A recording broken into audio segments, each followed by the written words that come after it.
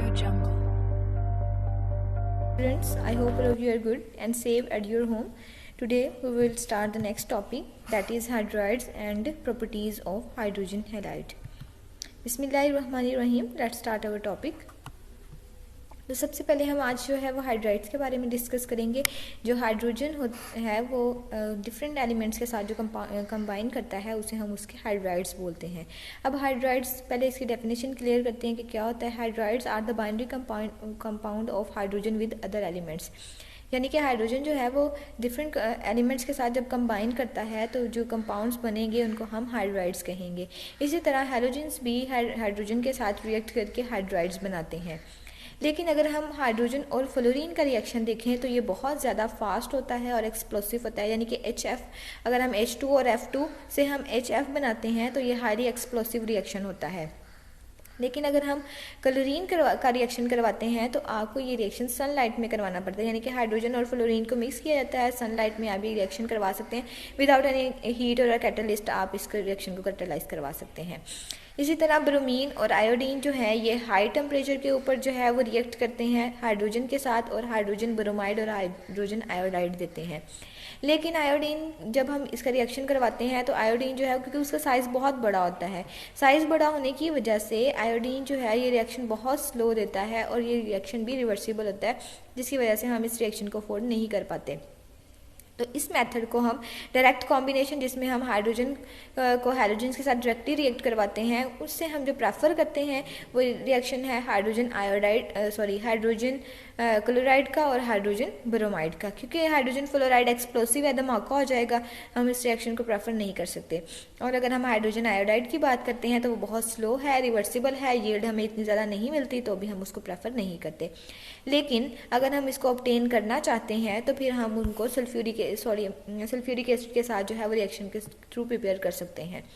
Sodium chloride को अगर हम सल्फ्यूरिक एसिड के साथ रिएक्ट करवाते हैं तो ये यहाँ से सोडियम आएगा, यहाँ से सल्फेट आएगा और ये Na2SO4 बन जाएगा.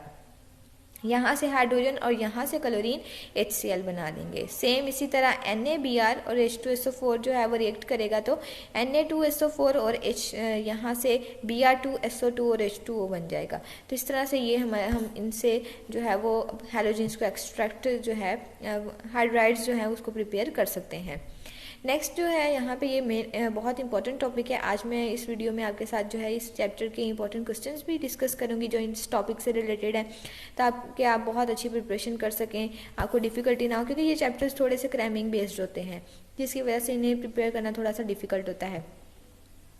तो HF की ये जो है प्रॉपर्टीज़ हम हाइड्रोजन हैलाइड की ओवरऑल डिस्कस करेंगे. अगर हम हाइड्रोजन फ्लोराइड देखते हैं तो ये कलरलेस वोलेटाइल लिक्विड होता है. और अगर हाइड्रोजन क्लोराइड, ब्रोमाइड और आयोडाइड के देखते हैं तो ये भी कलरलेस होते हैं, लेकिन ये गैसियस में रूम टेम्परेचर के ऊपर एग्जिस्ट करते हैं.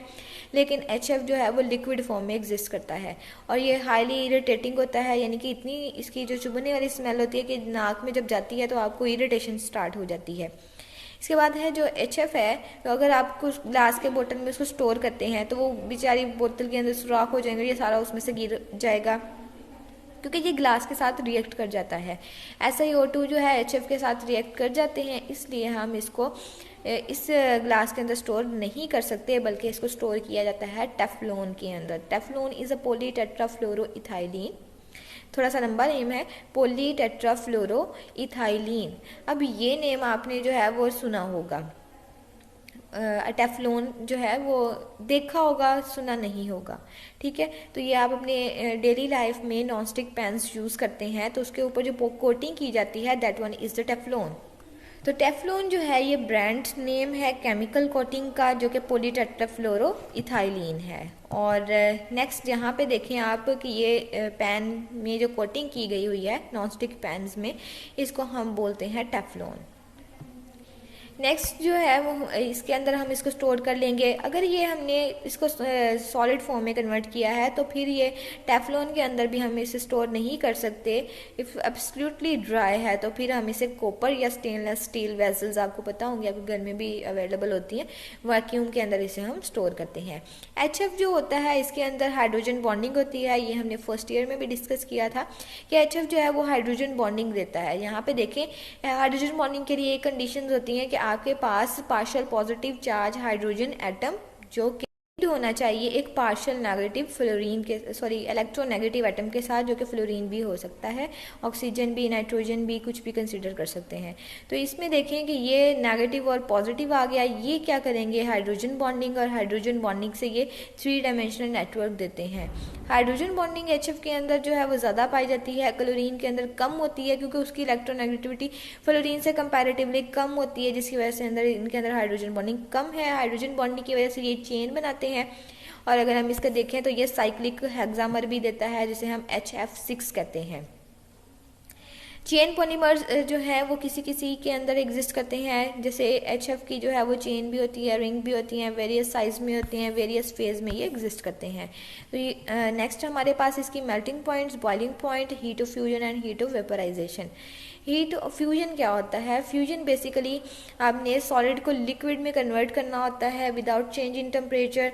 उस हीट को आप क्या कहते हैं? हीट ऑफ फ्यूजन कहते हैं। और हीट ऑफ वेपराइजेशन क्या होता है कि हीट जो हम प्रोवाइड करते हैं ताकि वो लिक्विड से वेपर में कन्वर्ट हो जाए विदाउट चेंज इन टेम्परेचर, इसे हम बोलते हैं हीट ऑफ वेपराइजेशन, जो कि जनरली जो है वो HCl से HI की तरफ जो है वो इंक्रीज होती है।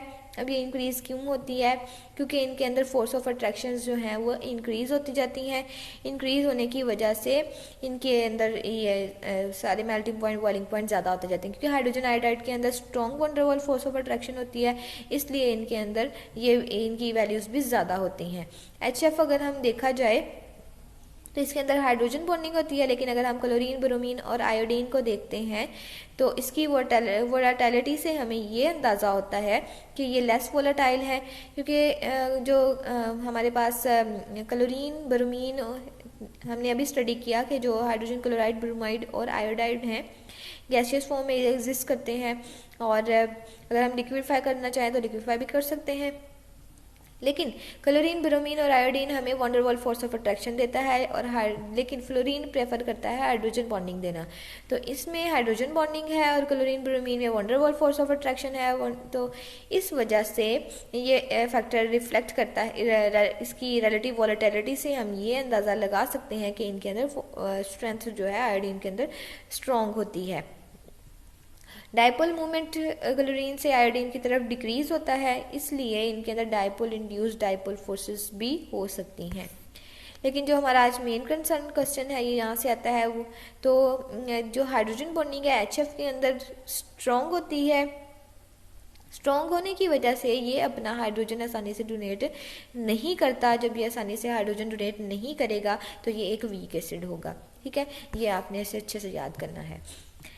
अगर हम रिड्यूसिंग एजेंट को देखें, रिड्यूसिंग एजेंट्स क्या होते हैं? Reducing agents are the agent that reduce the other and itself oxidised. ठीक है, यहाँ पे स्पेलिंग मिस्टेक है। तो रिड्यूसिंग एजेंट दूसरे को रिड्यूस करते हैं। दूसरे को रिड्यूस करने का मतलब क्या है? Reduction is the gain of electron, और ऑक्सीडेशन क्या होता है? Removal of electron. तो अब रिड्यूसिंग एजेंट जहाँ पे भी नेम लिखा आएगा तो रिड्यूसिंग एजेंट लूज करता है अपने electrons.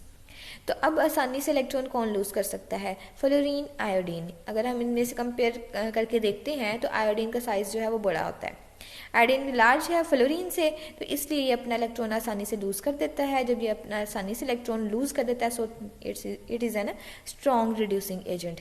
Hydrogen iodide strong reducing agent है, hydrogen fluoride weak reducing agent है, लेकिन स्ट्रॉन्ग ऑक्सीडाइजिंग एजेंट है। ये हमने अपनी प्रीवियस वीडियो में डिस्कस किया था।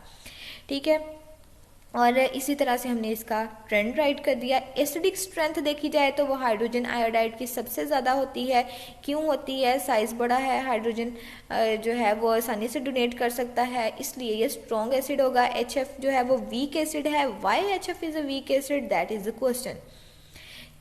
HF is a weak acid due to limited ionisation. Ionisation नहीं होती, हाइड्रोजन आयन डोनेट नहीं करता क्योंकि हाइड्रोजन बॉन्डिंग होती है, इसलिए HF वीक एसिड है।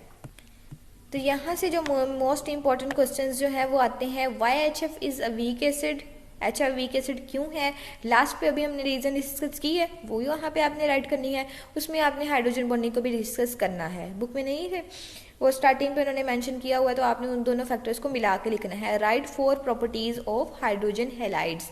तो आपने हाइड्रोजन हैलाइड की 4 प्रॉपर्टीज लिखनी है। इसमें सबसे पहले आपने पॉइंट देना है स्टेट का, ठीक है। सबसे पहले आप क्या पॉइंट देंगे, जो है उसकी स्टेट के बारे में डिस्कस करेंगे। फिर स्टेट के बाद आप उनके अंदर फोर्स ऑफ अट्रैक्शंस बता सकते हैं, फिर मेल्टिंग पॉइंट, बॉइलिंग पॉइंट की, फिर रिड्यूसिंग एजेंट की और ऑक्सीडाइजिंग प्रॉपर्टीज़, ये 2 डिस्कस कर दें तो ये आपके पास 4 प्रॉपर्टीज़ हो जाएंगी हाइड्रोजन हैलाइड की। तो ये लॉन्ग क्वेश्चन भी आता है, शॉर्ट भी आता है। तो शॉर्ट आए तो आपने बस एक एक लाइन में इनको डिस्क्राइब कर देना है, लॉन्ग आएगा तो फिर आपने थोड़ी सी ज़्यादा डिटेल दे देनी है। तो आज का लेक्चर आई होप आपको समझ आ गया होगा। तो मेरे चैनल को सब्सक्राइब करें, लाइक करें, दुआओं में याद रखें। टेक केयर, अल्लाह हाफिज़।